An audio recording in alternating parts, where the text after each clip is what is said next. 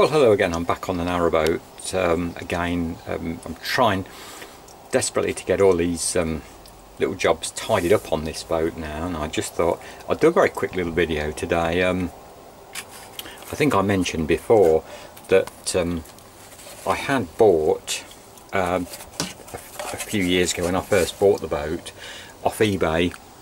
I bought a new engine control. This is the old one that I've taken out this morning. As you can see, it's very basic. It's just basically got the on-off switch, the start switch, and some warning lights along here which light up. No tachometer, no voltmeter, and obviously it's got the warning buzzers, the oil pressure, and the engine overheat as well. But that's basically about it. The one good thing about Vetus,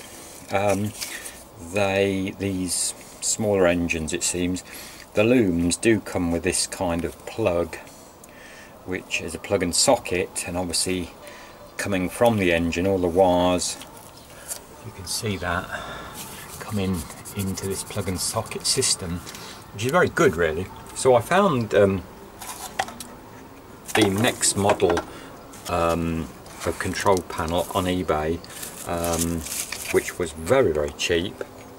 Don't know whether you'll see that, and I bought it, and it's taken me this long to get round to having a go at fitting it.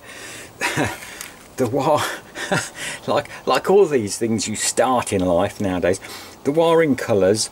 Obviously I've got the book with this engine and could go online and get the new, obviously this is a lot newer I think than my engine was, and the wiring colours and how it's wired up are all a little bit different, but I think I've got it all sorted out and all the wiring in the right place, and the switch, the key switch was a bit dodgy on the old one, so it's good to have a new key switch. And as I say, this one has a tachometer and a voltmeter to tell you you're charging, which is, and it's got the warning lights there. So we will refit this and see if it works. I'm just tidying all the cable up there. I want to make it as neat as possible. This one thing I will say, if you ever have your narrowboat, if you buy a narrowboat, and you might well be persuaded to have it grip blasted, which for older boats it does get rid of all the nastiness, and you can see what you've got there. And also, if you're going to have a narrowboat overplated, it does clean the steel up well, but the one downside is everything, and I mean everything gets black with obviously the sand or the grit that is used in that medium through the grit blaster. And I mean, I have cleaned this. I mean, this was absolutely filthy. It looked as though it had been up a chimney, as though it was covered in soot. And I mean, that's how everything has been when I've taken the electrics out and everything. It seems, obviously, that grit, obviously there's ventilation on the boat, and the grit seems to work its way in everywhere.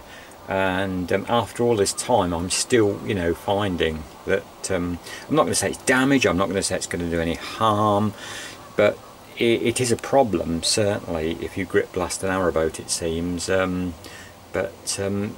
probably the pros outweigh the cons, because, as I say, if you are having to overplate, or you just want to put epoxy, blacking on, you do really need to strip it all back, and grip blasting is then obviously the way forward.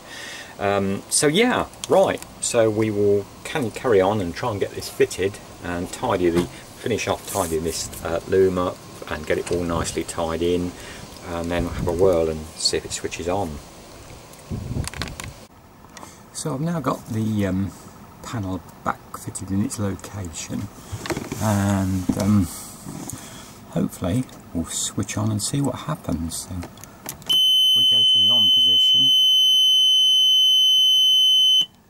and we'll we've got some preheat there, as you can see. I don't know if you can see that yellow line for a few seconds.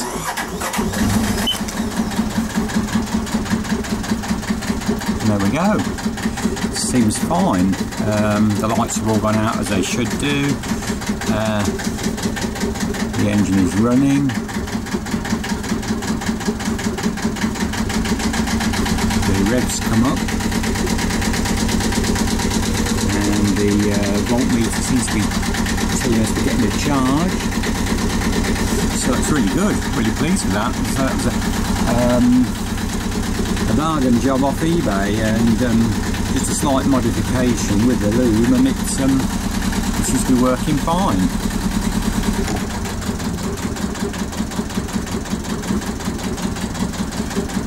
And hopefully now I've freed the stop solenoid up, the engine will stop as it does, as you can hear when we turn the key. As I say, that was purely a sticking stop solenoid over the winter. So yeah, I'm really pleased with that. That's brilliant. That looks so much better with the two dials in there. And I don't know how well you'll see this, but just a little update. My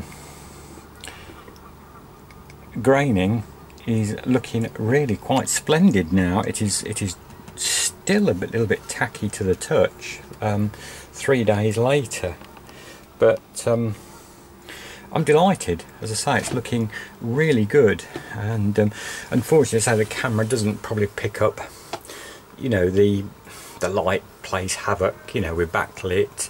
It's quite a dark bit of the boat. It's a little area that you might hang. It usually has coat hooks, and you might hang coats there, you know, as I say. So yeah, but it's come up really well for a first attempt. I think just from my own personal experience now, having go, I think I did probably put the Scumble on a little bit too thick, probably.